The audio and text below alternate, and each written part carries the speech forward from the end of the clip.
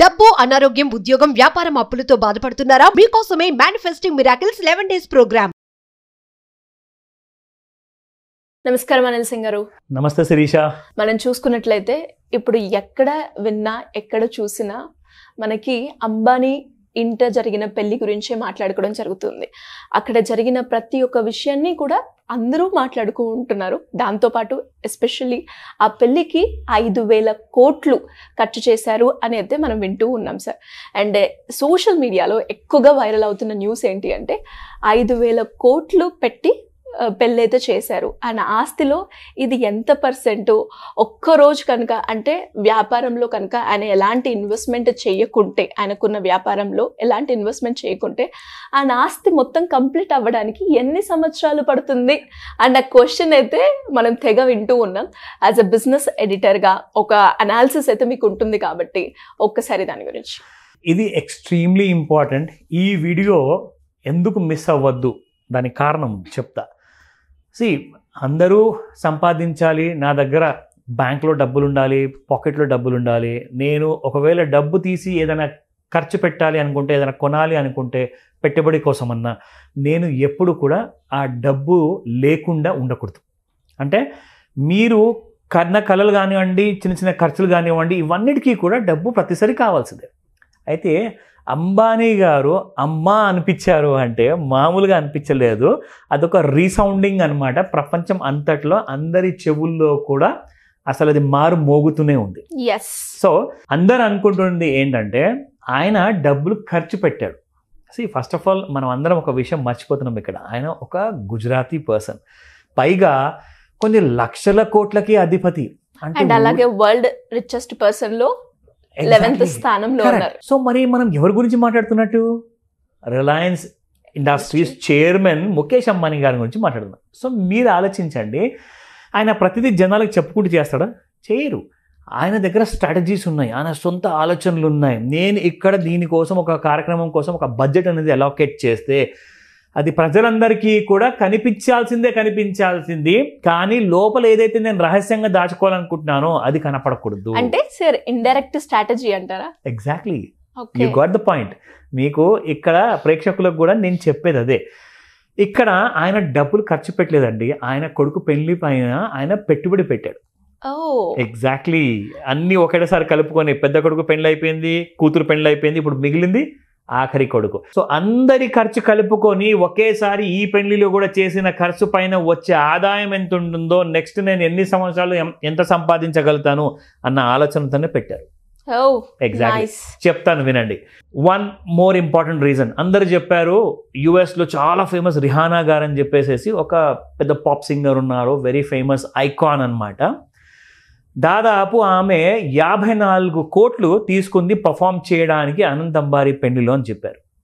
ఆమె యాక్చువల్గా ఇక్కడ వచ్చేసేది ఆమె పర్ఫార్మెన్స్ ప్రపంచంలోనే పెద్ద పెద్ద చోట్ల ఆపేసింది. ఇక్కడ చేయాల్సిన ఆమెకు అవసరం లేదు, ఎందుకంటే డబ్బులు అవసరం లేదు ఆమెకి. ఆమె ఆల్రెడీ బిజినెస్ స్టార్ట్ చేసింది, పెద్ద పెద్ద బ్రాండ్స్ ఉన్నాయి ఆవిడ దగ్గర. ఆ బ్రాండ్ని ఇండియాలో ప్రమోట్ చేయడానికి రిలయన్స్ ముఖేష్ అంబానీ గారితో ఒక ఒప్పందం జరిగింది. అయితే ఆయన కొన్ని వేల కోట్లు సంపాదించడానికి, ఏదైతే రిహానా పేరు బ్రాండ్ ఉందో దాన్ని సంపాదించడానికి ఒక చిన్న ఇన్వెస్ట్మెంట్ అనేది చేశాడు, 54 కోట్లు. అది ఫర్ ద డాన్స్ పర్ఫార్మెన్స్ కోసం ఒక చిన్న అమౌంట్ ఇచ్చారు. సో ఆయన సంపాదించబోయేది కొన్ని వేల కోట్లు అనమాట ఆమెతో టైఅప్ చేసుకున్న తర్వాత.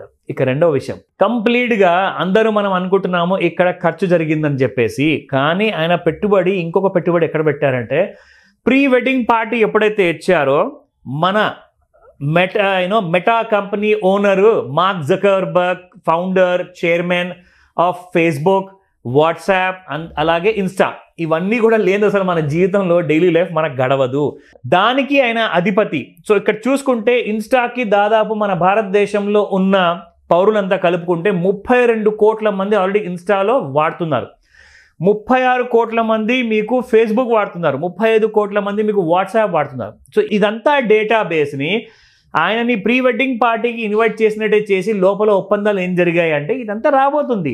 ఇదంతా మనకు ఆల్రెడీ ఇన్సైడ్ సోర్సెస్ నుంచి వచ్చిన విషయాలు. అది ఇవన్నీ కన్ఫర్మ్ విషయాలు, జస్ట్ ఏదో గాల్లో మనము ఒక రాయి ఇసిరేస్తున్నాం కాదు, ఇక్కడ మీకు ఉన్న నిజాలు చెప్తున్నాను. సో ఆ డేటాబేస్ మొత్తము బయటికి దేశాల్లో ఏదైతే డేటా సెంటర్స్ ఉన్నాయో అవన్నీ కూడా ఆయన ఇండియాకి తెప్పించేస్తున్నాడు with the collaboration by Reliance and Facebook Meta ఇండస్ట్రీతో. సో మెటా వాళ్ళు ఏం చేస్తున్నారంటే అలా డేటాబేస్ మొత్తం ఇండియాలో షిఫ్ట్ చేసిన తర్వాత ఒక్కసారి మీరు ఊహించండి ముఖేష్ అంబానీ గారు ఈ డేటాబేస్తో ఏం చేయబోతున్నారు రాబోయే 10 సంవత్సరాల్లో, ఇందులో నుంచి ఎన్ని లక్షల కోట్లు తీయబోతున్నారు. Just imagine. ఆయన లెక్క అంత హైట్లో ఉంటుంది, మనకు అందరంత రేంజ్లో ఉంటుంది అది. సో అందరు అంటుంటారు sir this is the fact of the matter. ఇంకొక విషయం మీకు తెలియాలి, ఇది చాలా ఇంపార్టెంట్, అందరు గమనించాలి. ఆయన కొడుకు పెళ్లిలో అందరినీ ఇన్వైట్ చేశారు. అంటే మామూలు కాదండి, కనీసం ఒక 1000 కోట్లు 1,00,000 కోట్లు వర్తున్న వాళ్ళే అక్కడికి వచ్చారు. అందులో మీకు అక్కడ పెళ్లి లోపలికి వెళ్తే అక్కడ ఏం చేశారంటే ఫారిన్ బ్రాండ్స్ ఏవైతే ఉన్నాయో వాళ్ళందరూ స్టాల్స్ పెట్టారు అక్కడ. అవును, వర్సాచే, అర్మానీ, వీళ్ళందరూ శాంపుల్గా ప్రోడక్ట్స్ వాళ్ళు ఏదైతే ప్యారిస్ నుంచి అమెరికా నుంచి తీసుకొచ్చారో అక్కడ వచ్చిన ప్రతి కోట్లాధికారి పెళ్లికి వచ్చిన ఇన్వైటీస్ అందరికీ కూడా గిఫ్ట్ పంచారు. ఈ విషయాలు ఎవరికి తెలియదు. సో ఆయన ఏం చేశాడంటే ఇలాంటి పెద్ద పెద్ద బ్రాండ్స్ అన్నిటి దగ్గర నుంచి ఆయన డబ్బులు తీసేసుకొని అక్కడ స్టాల్ పెట్టించారని చెప్పేసి పుకారు కూడా ఉంది. కానీ ఆయన స్ట్రాటజిక్ టైఅప్ కోసం చూస్తారు. ఇలాంటి చిన్న చిన్న స్టాల్స్ దగ్గర నుంచి ₹1,00,000 ఈ బాబు స్టాల్ పెట్టుకో, అలా కాదు ఆయన ఆలోచన. ఆయన ఆలోచన ఏంటంటే కొన్ని వేల కోట్ల కోసము స్ట్రాటజీ.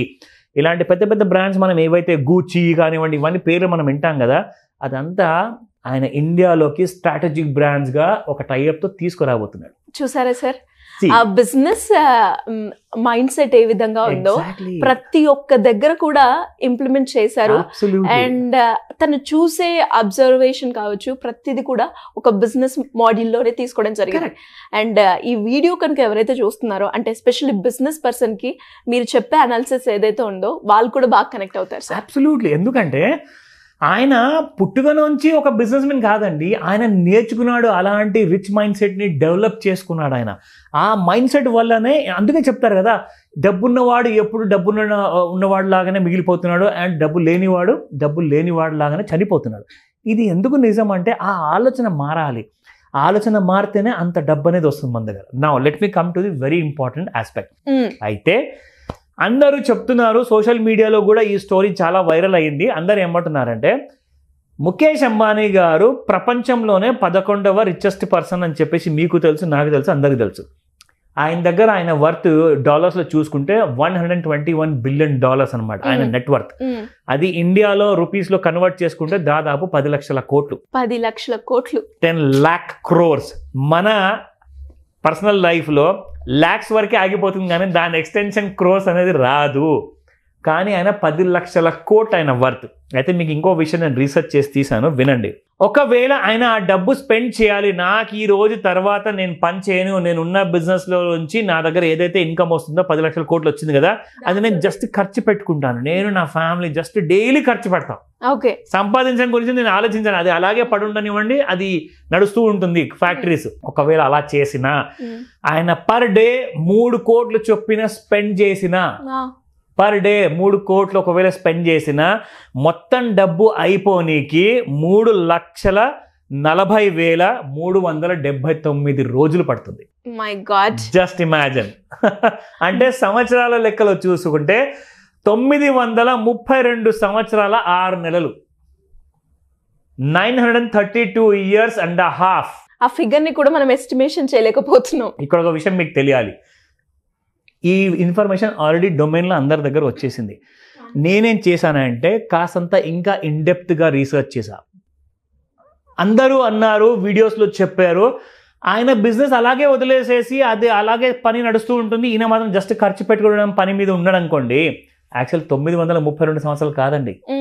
యునో ఆ మొత్తం డబ్బు ఖర్చు పెట్టడానికి ఆయనకి 2,740 సంవత్సరాలు పడుతుంది. ఓ మై గాడ్, 932 సంవత్సరాలు కానే కాదు.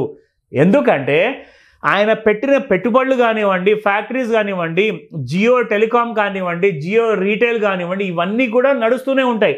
సో ఆయన పెట్టుబడి కాస్త పవర్ ఆఫ్ కంపౌండింగ్ రూపంలో ఇంకా పెరుగుతూనే ఉంటుంది ప్రతి సంవత్సరం, కానీ తగ్గదు. అరగని తరగని ఆస్తి ఆయన దగ్గర ఉంది.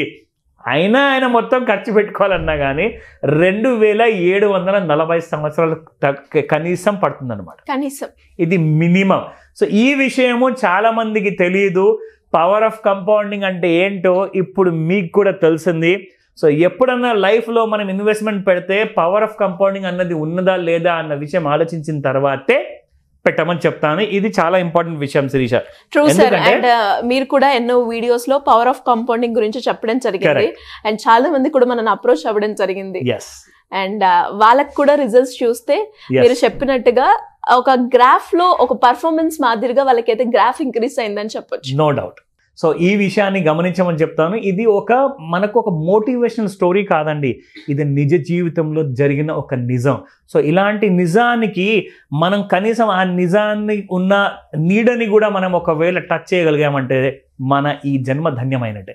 సో ఇలాంటి కైండ్ ఆఫ్ మంచి వీడియోస్ కోసం తప్పకుండా సుమన్ టీవీ ఇంకా చూస్తుండని చెప్తాను శిరీష. డెఫినెట్ గా సార్. అండ్ మీరు చెప్పే వరకు అంటే నార్మల్ గా ఎవరైతే ఈ వీడియోని చూస్తున్నారో ఒక ఖర్చు లేదు అంటే దీనికి ఇంత ఖర్చు పెట్టాలా, దీనికి ఇంత ఖర్చు అయిందా, ఆయనకుంది ఇంత ఆస్తి ఖర్చు పెట్టారేమో అన్న ఆలోచన వరకే ఉంటారు. కానీ ఒక్క బిజినెస్ పాయింట్ ఆఫ్ వ్యూలో కనుక మనము ఒకసారి ఆ వీడియోని చూసినా, మీరు చెప్పిన ఈ వీడియోలో ప్రతి ఒక్క పాయింట్ కనుక మనం అబ్జర్వ్ చేసి అనాలిసిస్ చేసి చూస్తే వాళ్ళ బిజినెస్ లో కూడా అరే ఈ రకంగా చేస్తే నేను ఇలా గ్రో అవుతాను, ఇలా టైఅప్ చేస్తే నా కొలాబరేషన్ పెరిగి నా బిజినెస్ అనేది ఎక్స్పాండ్ చేసుకుంటాను అన్న పాయింట్స్ అయితే as a business point of వ్యూలో చాలా వరకు ఇది ఉపయోగపడుతుంది.